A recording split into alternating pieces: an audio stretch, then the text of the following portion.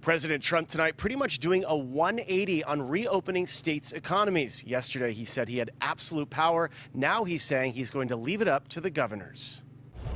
President Trump this evening doing an about-face on whether he has the absolute authority to reopen the economy. After claiming yesterday that he alone could overrule state governors, today he said this about how states can return to a new normal. I'm not going to put any pressure on any governor to open. I'm not going to say to Governor Cuomo, you got to open within 7 days. I want him to take his time, do it right, and then open New York.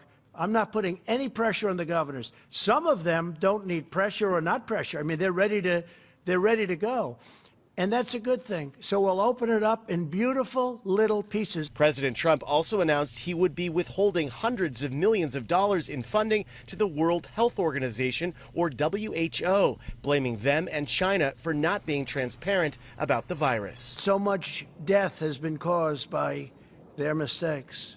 We will continue to engage with the WHO to see if it can make meaningful reforms. But just days ago, the president praised China in a tweet saying, just finished a very good conversation with President Xi of China. China has been through much and has developed a strong understanding of the virus. We are working closely together. Much respect. And on February 24th, Mr. Trump tweeted this about the WHO. The coronavirus is very much under control in the USA. We are in contact with everyone and all relevant countries. CDC and World Health have been working hard and very smart. Stock market starting to look very good to me. On testing, the president once again repeated his claim that governors should be in charge of making tests available. He was also asked why there was still no federal directive on social distancing or staying at home. The president became combative. Excuse me, I know your question. You ready? The governors are supposed to do testing. I told them when they put this guy here, it's nothing but trouble. He's a showboat.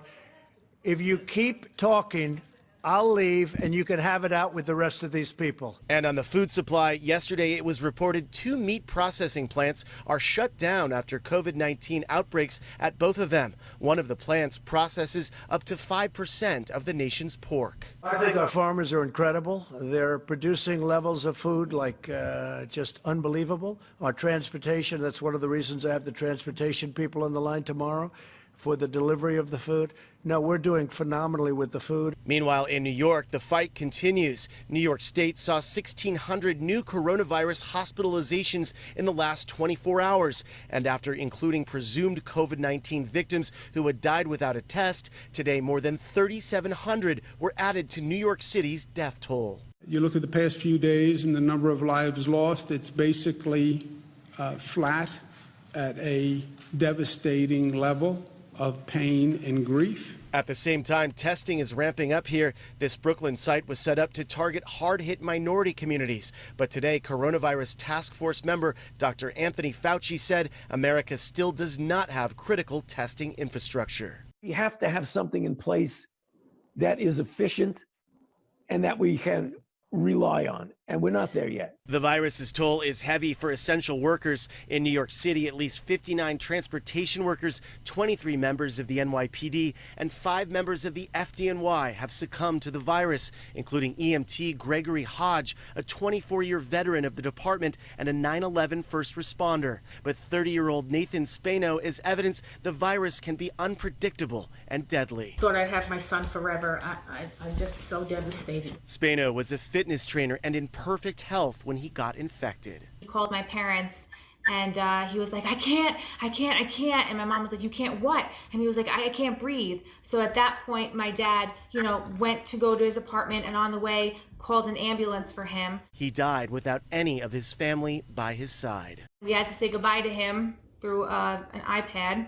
My baby brother is sitting in this hospital bed, dying, and we couldn't do anything for him. We couldn't go and comfort him. And tonight, the Washington Post is reporting that stimulus checks will be delayed, possibly several days, because President Trump is taking the unprecedented move of making sure his name is printed on those checks.